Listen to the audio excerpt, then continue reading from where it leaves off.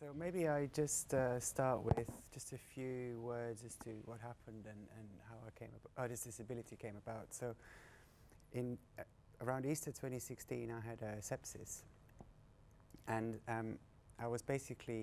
sepsis is basically a complication of an infection. So I had an infection, it turned septic, turned into a septic shock, and that septic shock makes you basically critically ill in a very, very short space of time. So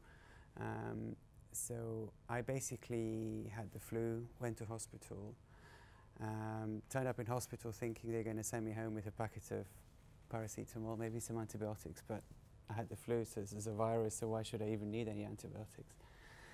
I got admitted into resus, texted my wife, please bring some books and some, a water bottle and that kind of thing. And I was put in a coma a few hours later. So it was a very, very quick progression to a very critical state. I was in a coma for about 2 weeks, and basically while they were fighting to keep me alive.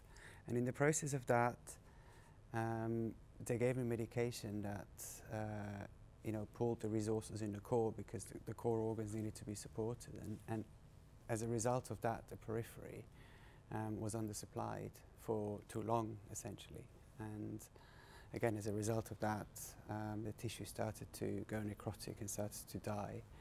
So fast forward a few weeks or even a few months, it became clear that the tissue wouldn't recover, and I needed amputations to make a normal, what I now consider a normal life possible again. So when I was 28, in 2008, I was diagnosed with multiple sclerosis. I think I was leading up to that, probably 10 years prior to that, I was getting symptoms and checking it all out, and you have to have multiple issues before they would diagnose it. So eventually in 2008 they diagnosed MS, and I think I'm still learning again. I think in your mind you want to be able to do something, but physically you can't. So it's just retraining myself as to what I can actually do. So day-to-day life I struggle with a bit of guilt, taking my daughter out, she's 8, her riding a bike and trying to catch her when she falls, and running and walking. So I struggle with walking and standing up for long periods of time. So I've got now a disabled badge, so there's other things that I've done that I can adapt on things. I was born deaf. So my mother had rubella. When she was pregnant, they knew something was going to happen. And I've never known any different.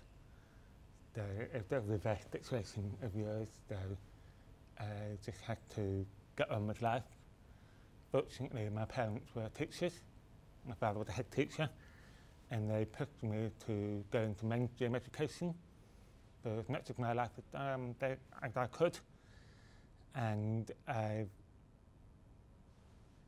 just sort of learned along the way. I think many years ago, things were not as accessible as they are now. And I remember when I was 16, and I was trying to date someone, and my mum had to ring the person up and sort of arrange the date for me, because I couldn't use the phone and there wasn't a way of me being able to do that. Whereas now, that is more available, and I can text, I can do all sorts of things.